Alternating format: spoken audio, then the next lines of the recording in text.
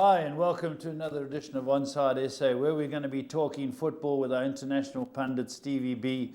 Budge has been doing the homework. We're getting closer. Again, my beloved Spurs let everyone down, the last one standing. What's the story, Budge? Firstly, with Spurs, your opinion, your unbiased take on them. Yeah, Paul, they've always relied on the fullbacks to create like Liverpool do, and the fullbacks you got on good enough. Aurier and Ben Davis, not up to it, Paul. Not up to it, definitely not up to it. It's easy to block the service going towards them, but your fullbacks have been terrible. They're not good enough.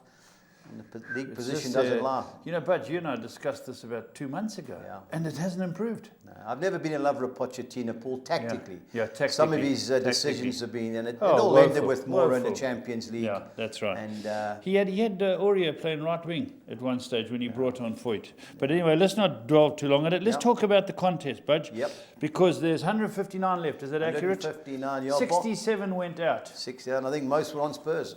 Yeah, most correct. Most of them. Now you've got a very interesting point you brought up this week of the ladies left. Yeah, Paul, 8 of them entry. There's more and more coming, Paul. A lot of arguments in the household, and some of them, they know their football. Do you know all these ladies? Yes, I know most of them. I haven't met Leslie Pillay, but I WhatsApp every week. We speak. Man United supporter, and she's not a fool, Paul.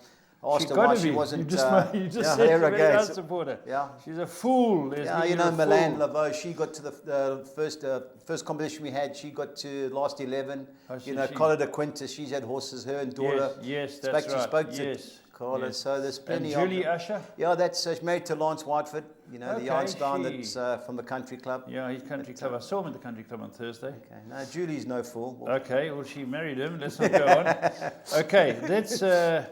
The guys, you picked out the guys who did well. Yeah. Okay. Enzo Coppola. Enzo had, I think it was Wolves in Liverpool. Do you know what a good job he does for South African soccer? Fantastic Actually, was at school with Enzo. Is it? He pulled away from you. Yeah. Closed down. That's how he left school. Yeah. Sure, he does a lot for football. No, great he's guy. good, Enzo, great guy. And then Wayne, is it Wayne Weiss? Wayne Weiss, yeah. Just anyone could have picked Man United 8 to 10, Chelsea 4 to 10, but Wayne used a bit of flair and 2 good picks. Powers, that's my man. Powers on Everton. Is Powers his first name or his last name? That's what they call his middle name. That's his nickname, Powers. Always a club tab. Good man on Everton. He said, I'm all in or all out. And Starman, Alistair Cohen, the commentator. Watford, he WhatsApped me before the game. He said, I'm chancing Watford. They're going to come right sooner or later. He said, Norwich are gone. Yeah. Fair enough. I'm on Watford. So Alistair Nostradamus Cohen is still in. Yep, going well. Okay, and now the favourites to win it. Anthony Suer, he always has a go. I spoke to Anthony yesterday at the course. He was on Man United and Wolves. Okay. 2 shrewd picks. Two shrewd picks, He got plenty of Gary picks. Citron without the E. Without the E, 4 for 4, Gary, yeah. Paddy Loca, the commercial director. Yeah, sure. Phineas he did well this week. Mark McManus from the Chariots. Yeah, Michael, done good. If every one of these guys are mates of mine. Yeah, they're all good mates. Well done. They're the favourites. Now my team, my gang. It's called the Lafferty Gang, International Lafferty Crew. Charlie Pigram, legend of Spurs, out with Tottenham. Spurs.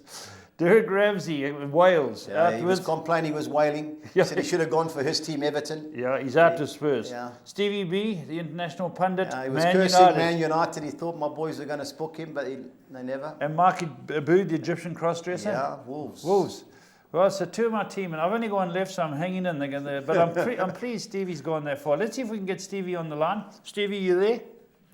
I am. Good morning. Morning, Steve. How are things? Freezing in London? It's cold and wet. Cold and wet. It's a bit like Durban, but not cold. Without the cold. Without the cold, yeah. We're getting a lot of rain. Stevie, firstly, congratulations for surviving another round. It's not your norm. No, I know. Well, this is it. I mean, I think I have got to round 3 once before, but never further. So, the dizzy heights, and actually in for another week. Obviously, with the international break, I've got an extra week to think about who I plump for. Steve, leave at Spurs. Stevie, don't take Spurs. You got it from both of us. I think that's a given at the moment. So. Absolutely. They played Watford, Brighton, Newcastle. They couldn't beat them. Yeah. They couldn't beat them. Sheffield United. Yeah. And it's not as if they played the big six. Yeah. Stevie, leave them out. Sheffield United, to be fair, unbeaten since January away from home. Yeah. And give it a go. So I don't think it was, it would have been an easy pick for a lot of people. No, I agree with you, but it's Liverpool are growing great guns, just over a quarter of the season gone, and good luck to them. They've been a good side, and I think Man City had their chances. What do you think, Budge? The first goal was crucial. I thought it was a penalty, and then Liverpool go down and score. Yeah. So from being maybe 1-0 up, you're 1-0 down, and different game. But, we spoke about it last week. Defensively, they had issues, and Liverpool took advantage. Yeah, absolutely. We said if Liverpool sort of step up a gear and their front three played really well, but we've been saying all season, obviously without Laporte at the heart of the defence, he just can't seem to get his back. He can't seem to get a consistent back four that are playing well together. Obviously, he brought in Stones other than Otamendi, and it didn't seem to make a lot of difference. They were just woeful at the back, really. And actually, I'm sure the City, can see why they're so frustrated. They had enough chances to not necessarily win the game, but certainly not to have lost the game. But they didn't take them. Aguero has obviously got this hoodoo at Anfield, has never scored there. So and it just continued. You just think even if they'd given him a penalty rather than he still would have missed it. So I just think it was one of those games. The penalty decision I think was crucial, but there are different ways of looking at it because. Steve, just before you touch on that, we want you to get your opinions of the game you're talking about, the VAR decisions, because you heard Budgies initially, and other VAR decisions over the last week or two. Let's talk about the Liverpool Man City. Give us your take on the penalty in the beginning, or non-penalty, or was it touched first by another guy's hand? Silva, Well, I think that may be part of it because it certainly was touched by Silva's hand.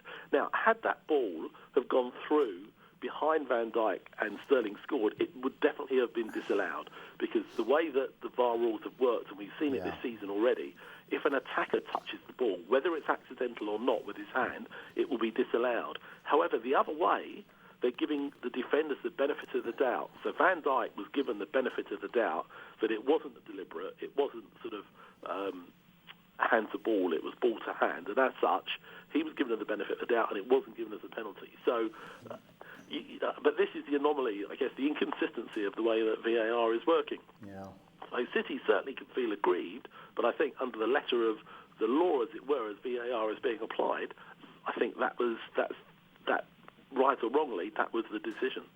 Stevie, just touching on that, the Champions League are having no real drama with VAR. The Premier League are having dramas every week, whether it's a toe offside, whether it's something, and analysing whether it's a shoulder over the line or whatever. The Champions League rule is pretty straightforward, that if it hits your hand in the box, it's a penalty, unless it's in front of your body, say in a free kick situation, or if it missed your hand, it would hit your body, it's not a penalty. Everyone agrees with that. But if it hits your hand in any position where it's not protected by your body or covered by your body, it is a penalty. What is your take on that? Well, I think, look, they came out this week and they were asked, the leading referee behind VAR was asked, how do they think it's working? And he said, he'll give it only a 7 out of 10 this year. So we know there's room for improvement. And I think that might be the one area they might look at. I think offside is a little bit more black and white. You either are offside or you're not offside. Yes. Whether or not it's by a shoulder or a fingertip, but I guess that's easier to draw that line and to say, that foot or whatever part of the body is over the line, that's it. The handball definitely is one that I think is causing a lot of controversy. And we had that with Man City earlier in the season against Tottenham. They thought they'd scored, and then there was an accidental handball in the build-up to the goal.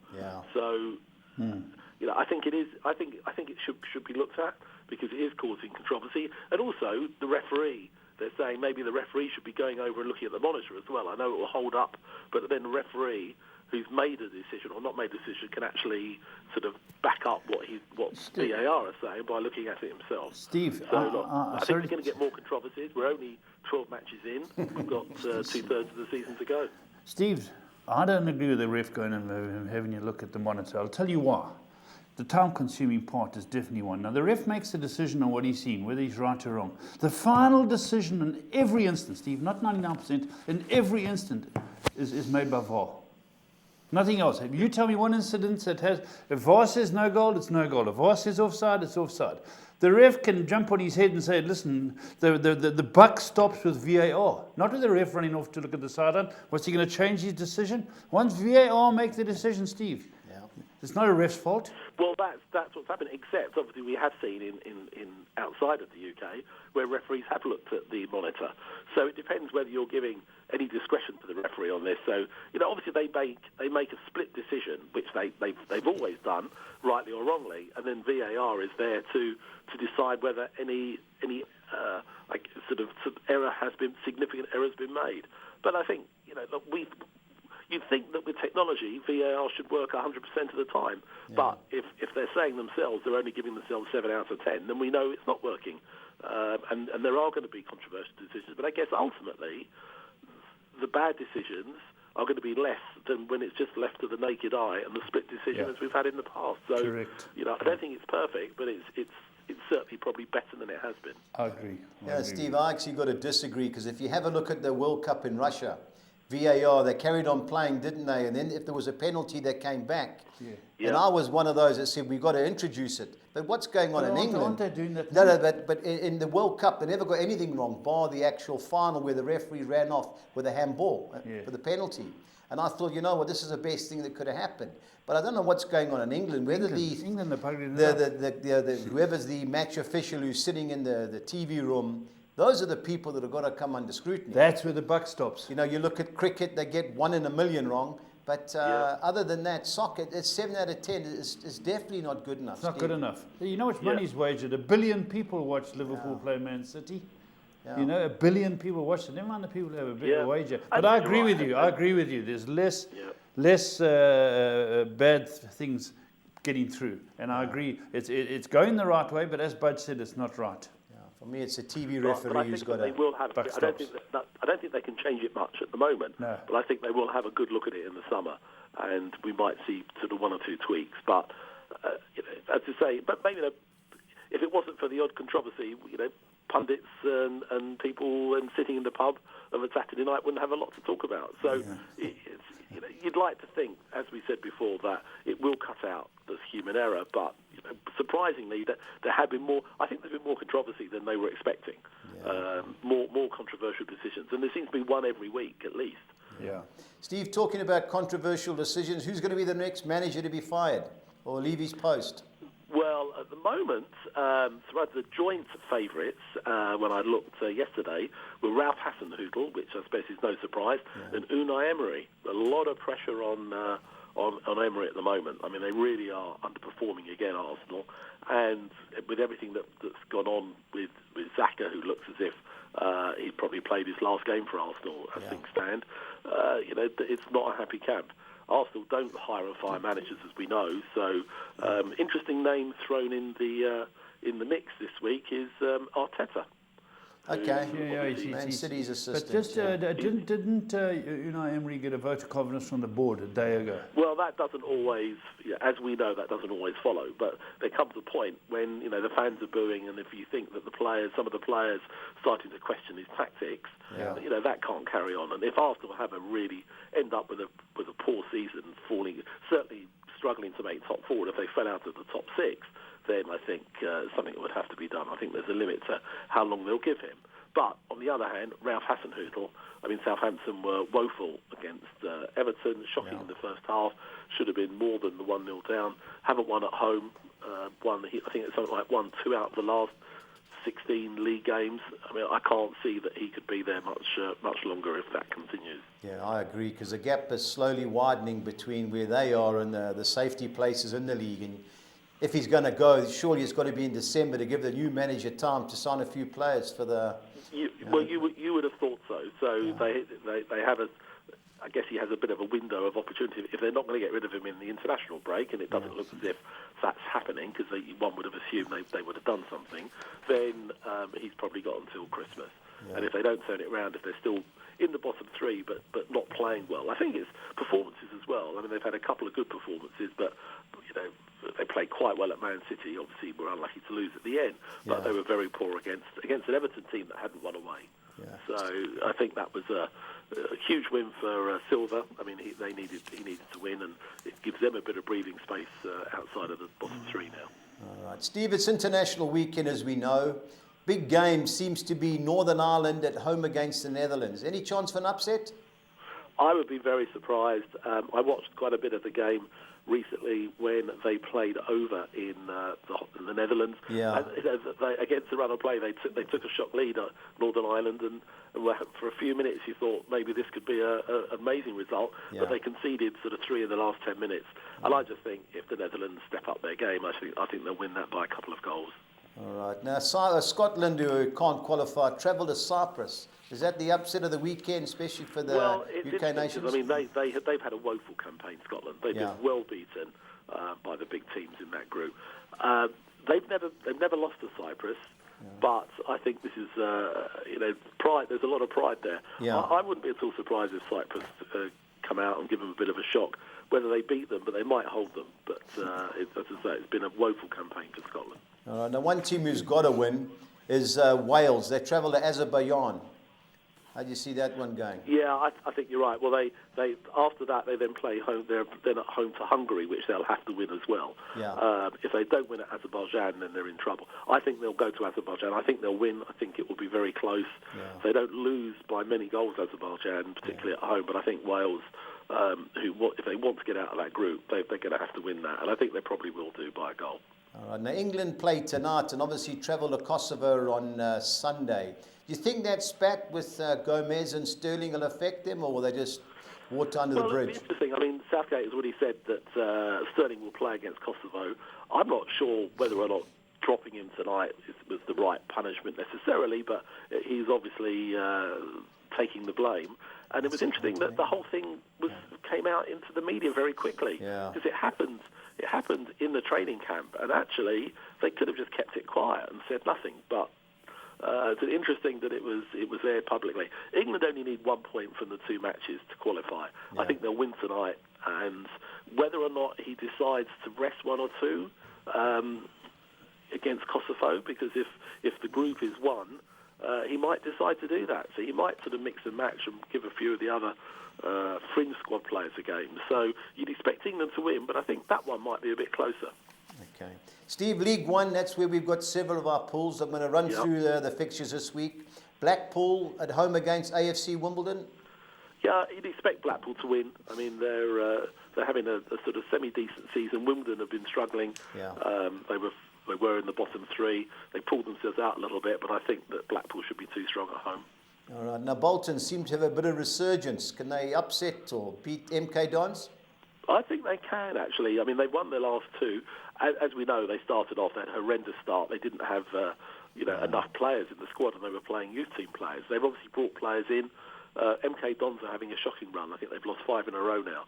Bolton effectively were still 15 points adrift because of their point deduction. But I think these are the sort of games, if they want to find a way to keep out of that bottom 3, they're going to win. I think they might just do that. Okay, now Coventry, they've seemed to have hit a bit of a bad patch, but against Rochdale, get back to winning ways? I think you're right. I think a little bit inconsistent, but they're still having a good season, considering they're having to play their home matches at St Andrews, at Birmingham. Yes. I think they're doing well, and I think I think Coventry should edge that. All right, Gillingham Lincoln.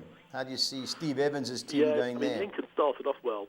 Yeah. And they've had a fairly poor run, and they find themselves just in the lower part of the table now. I think there's only a point between the 2 of them, so I think that will be close. I'm not sure Lincoln will win that away, so I'm going to go for either a home win or a draw there. Okay, and Rotherham against Accrington, Stanley? Well, Rotherham, one of those teams, good at home, not so good away. I think they'll be too strong for Accrington. I think Stanley are not having a particularly good season, so I think that of the matches we've spoken about, that's probably more of a banker of a home win.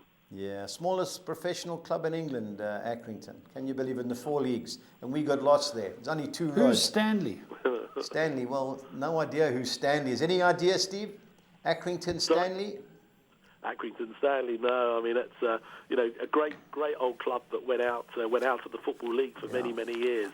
So I guess all credit to the club and the supporters to get them back up there. But as I say, they are a small club. They get very small gates. Yeah. But they're hanging on in there. Yeah. So good luck to them. But I can't see them getting anything at Rotherham. Yeah, is that the English commentator David Lloyd, the guy they call Bumble? Isn't that his team?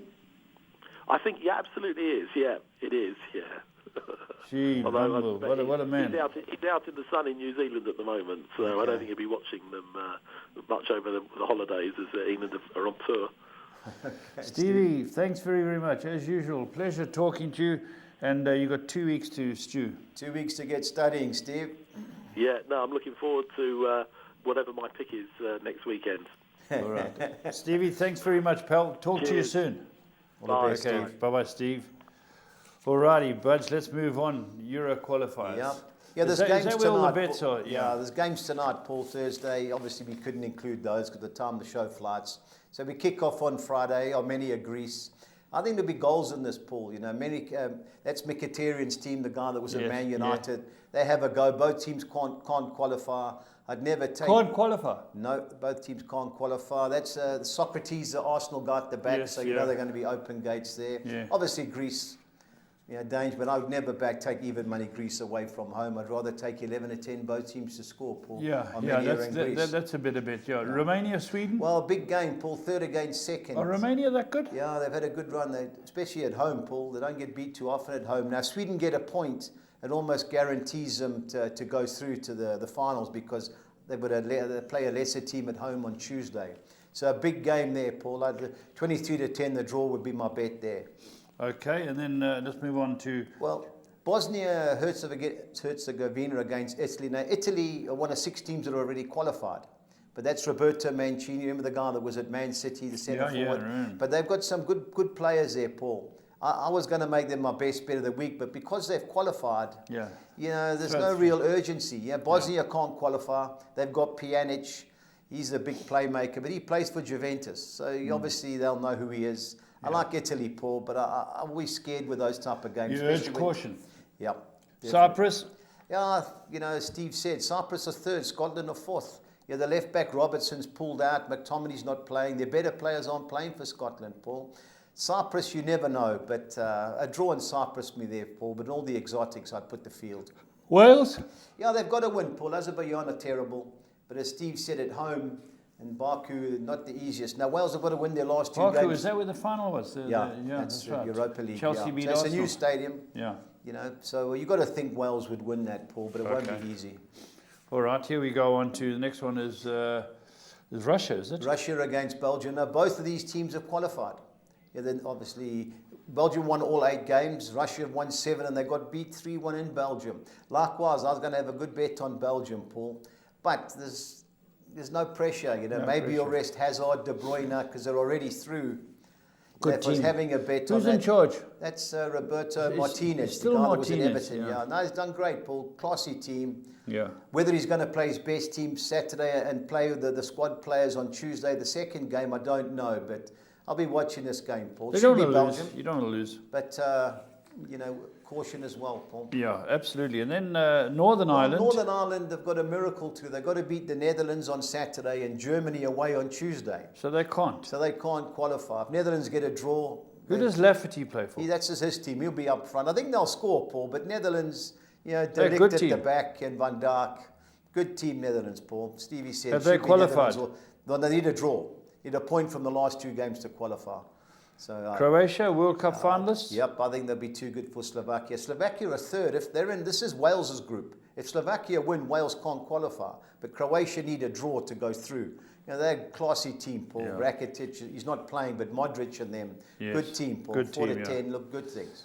Israel? Israel, Poland. Now, Poland have already qualified. Is that Lewandowski? That's Lewandowski and Milic and the boys, yeah. It should be Poland all day, Paul, but likewise, they've qualified. So I'm going both teams to score in that game, Paul. Okay, and then you've got... Austria, North Macedonia. Austria win, they qualify. 1 to 4, very short, but they should win. Okay, let's go to the next slot. Next slot, Serbia, the Ukraine. Ukraine already qualified. They play a friendly tonight where Serbia, they're in with Portugal. They've got to win both games and hope Portugal don't, which will be impossible.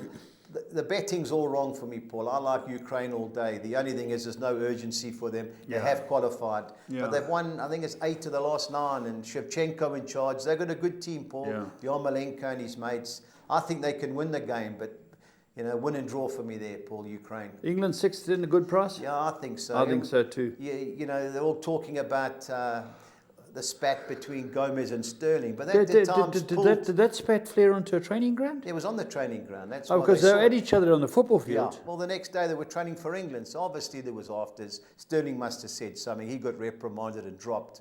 But he'll come firing back. He'll score. Good player. Geez, Paul, he has improved. You know, Kosovo, I don't know if you can remember the first time they met, it was 5-2, 5-3. Kosovo scored in the first minute. They have a full go. Yes, but, I remember the game. This will be plenty of goals there, Paul, but England should win. Okay, on we go. Yeah, Bulgaria, the Czech Republic, it's crucial that they play tonight, both of these teams, obviously against different teams. But I like the Czech Republic of the two teams, Paul. It just depends what's on it. Czech Republic are second in England's group. You know, they beat England at home the last game, so you'd expect them to get a decent result against Bulgaria, who can't qualify. But, Moldova, Iceland? Yeah, I like Iceland, Paul. Moldova are terrible. Yeah, bad side. You know, 1-3 is very short for Iceland, but they should be too good for Moldova, even though they're playing away. France 3-10? You know, likewise, France need to draw to qualify from the group with Turkey. You know, Albania struggling, Paul. Should be France all day. All right, let's go to the AFCON qualifiers, Budge. There were some games last night, Paul. So, yeah, there's no betting. You know, Madagascar, just from what we saw in the African Nations Cup, they played great, Paul. They topped their group. I think they'll be too good at home for Ethiopia. Likewise, Ivory Coast. You know, they've got Nicolas Pepe from Arsenal. They've got Wilfried Zaha from Palace, a good team. They should be too good at home for Niger. Now, I'm interested in Benin because I was really impressed with them in the Nations Cup. They won the last 5 at home. Sierra Leone, I think it's 29 games away from home they haven't won. But, make it 30. Should be, Paul, but you just don't know what the pricing's going to be. More likely come out on Friday. Yes. You know, Issaquazi's it's a new name for Swaziland. Yeah, they got hammered last night. Senegal top What's team. What's Eswatini? Yeah, Eswatini. Yeah, they changed the name last month. It's Swaziland. Is that what they're going to play under? Yeah, that's the new name. Eswatini, eh? So they can't beat Senegal at home. No, month of Sundays. Not with all the squad that they've got. In South Africa, we play tonight. We play in Ghana tonight, Paul. So obviously the game's on. We'll watch that. That's a game. That's a big game. That's a big game. How have you been doing, Bud? You all right? No, not too bad. You know, but four in a group, the top 2 goes through. If we can't get through in this group, especially at home, it's at Orlando, we should beat Sudan. Okay, well, come on, Bafana. Yeah, I like Uganda, Paul. Hard to beat. They drew 0-0 away. I think it was in Burkina Faso last night. I think they'll be too good for Malawi. You know, Congo, Guinea-Bissau, you know, 2 funny teams. You know, Congo at home don't get beat too often. I've watched Guinea-Bissau. They have a go. I think both teams... Will they show a few of these games? Yeah, they should all be, or several of them should be on. Bafana will be shown? Oh, definitely, yeah. It depends on the time when we get them. But I like goals in the Congo, Guinea-Bissau game. You know, Guinea, that's Naby Keita. You know, he's been injured. They should be too good for Namibia, who strangely qualified for the African nations. They qualify for World Cup rugby. They qualify for everything. No, but rugby, Paul, I think if you got to beat 1 or 2 teams, but to get into the Nations Cup, you've got to beat several teams. Okay. But they were in our group, didn't perform too well, didn't win a game. I don't see them winning in Guinea either. Okay. You know, Lesotho, Nigeria. Nigeria won. It was 2-1 last night. They should be too good for Lesotho. And Gabon, that's Aubameyang's team. Yes. Yeah, hard to beat at home. Angola, a funny team, physical team, but if Aubameyang's on form, it should be Gabon all day. Yeah, okay. Right, we've got some League One fixtures, Yeah, for League One's and all our... there's several games that have been postponed due to international commitments. From League One players, eh? Yeah, a lot of them playing like these lesser teams, Paul, so you'd be amazed. So if you've got 3 players, you're entitled to call a game off. Yeah, I like Blackpool. AFC Wimbledon are struggling. Blackpool, Simon Grayson, he's the old Preston and Leeds manager. Only thing is they concede goals at home, Paul, but they should be too good for a struggling AFC Wimbledon. Well, they were in the Premiership a couple of years ago. Yeah, they were a very good side. Holly Mourinho, remember Ian Holloway? Yeah. He was the man. Now, I like Bolton, Paul. I think the 15-10 is a great bet. Just tell me about the penalty, obviously, with financial irregularity. It was financial irregularity. They got docked 15 points. That's 5 straight wins. And I think several of the players were entitled. I think their contracts got paid up, or they just got released. So they had no players. They played several games with used team players. They were getting players in on loan to fulfill the fixtures. It's like Macclesfield. So how have they done with these new players? Well, they've won the last 2 games. You know, they won away, so they're coming right slowly. When you look at the league log, they're -2.